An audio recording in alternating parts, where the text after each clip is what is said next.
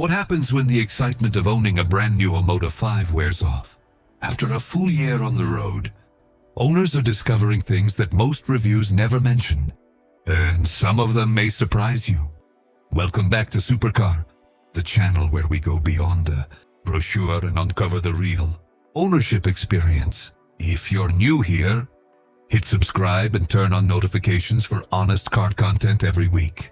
Today, we're taking a closer look at the Omoda 5 after 12 months of real-world use.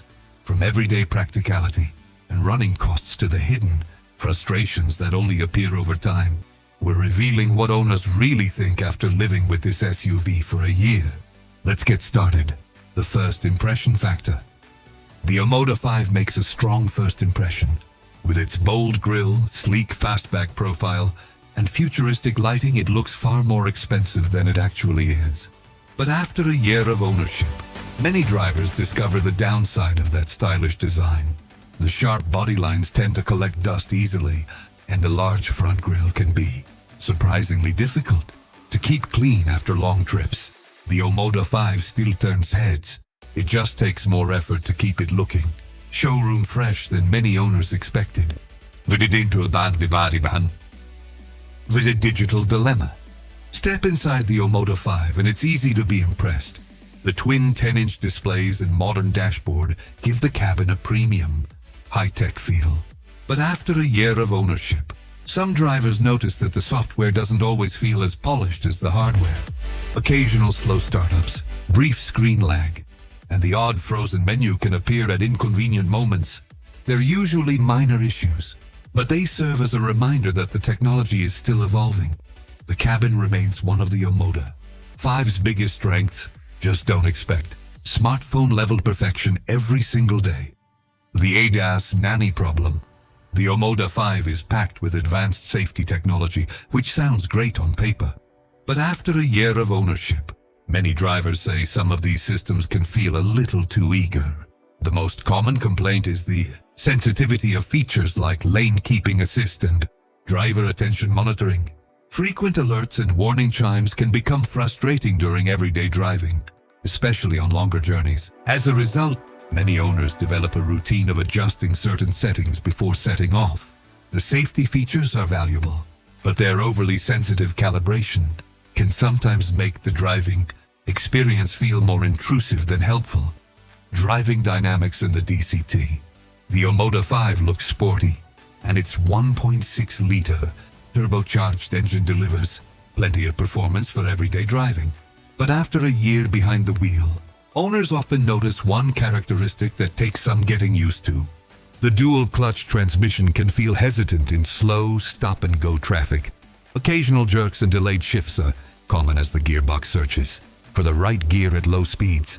It's not a fault, but it doesn't offer the smooth, effortless feel of a traditional automatic. Most owners adapt quickly and learn how the gearbox likes to be driven. Once you understand its personality, the experience improves, but it's definitely something worth knowing before you buy. Real-world fuel economy. The fuel economy figures look impressive on paper, but some owners discover a different reality after a year of daily driving. In city traffic and on short trips, the Omoda 5 can be thirstier than expected, especially if you're heavy on the throttle.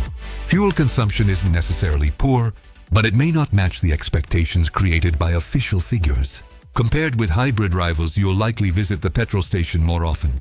It's not a deal breaker, but it's a running cost many owners wish they had considered before buying. Practicality versus lifestyle. The Omoda 5 looks like a family SUV, but after a year of ownership, many drivers realize it's designed more for style than maximum practicality. The boot is perfectly adequate for daily use and weekly shopping, but it can feel limited when loaded with luggage, strollers, or holiday gear. Rear seat comfort is good for 2 adults, but fitting 3 passengers across the back can be a tight squeeze. That's not necessarily a flaw, it's simply the Omoda 5's character. It's a stylish coupe crossover built for modern lifestyles, and owners who understand that tend to be the happiest with their purchase. Build quality and wear. Is the car actually going to rattle itself to pieces after 12 months? This is the fear everyone has with a new brand. I'm happy to report that the falling apart rumors are largely unfounded. The materials, the synthetic leather on the seats, the soft touch plastics on the dash, and the tactile feel of the buttons are holding up impressively well. I've seen very few reports of premature wear or annoying interior rattles. It seems the engineers spent real time on the fit and finish, and it shows. The car feels solid, and that is a massive credit to the manufacturer's QC process. The warranty and dealer network. What happens when things do go wrong, and can you actually get them fixed? The biggest factor that makes the Omoda 5 a viable purchase isn't the screen size or the horsepower, it's the massive warranty. The 7-year coverage is the company's way of saying, trust us. However, the real test is the after-sales experience. In your first year, you need to be realistic about the parts availability. It isn't as streamlined as buying parts for a Toyota or a Volkswagen. If you have an accident, you might be waiting a bit longer for body panels. It's a trade-off for buying into a new brand, and it is a factor you must weigh before you sign the contract. The verdict, who is this car for? So, after 12 months of ownership, do we recommend it? The Omoda 5 is not for everyone. It is not for the person who wants a set it and forget it appliance that never needs a firmware update or a driving mode adjustment.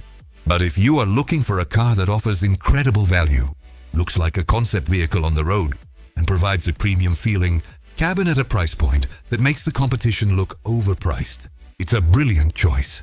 It requires a bit of patience and a bit of learning, but it rewards you with a driving experience that stands out in a sea of boring crossovers. Conclusion. Thank you so much for hanging out with us here at Supercar today. We tried to give you the honest, unvarnished truth about the Omoda 5, because your hard-earned money deserves a wise investment. If you found this breakdown helpful, please drop a comment below. Let me know if you own a new Omoda and what your experience has been like, or if you're on the fence about buying one. Don't forget to like this video, subscribe if you haven't already, and I'll see you in the next one for another deep dive into the cars that matter.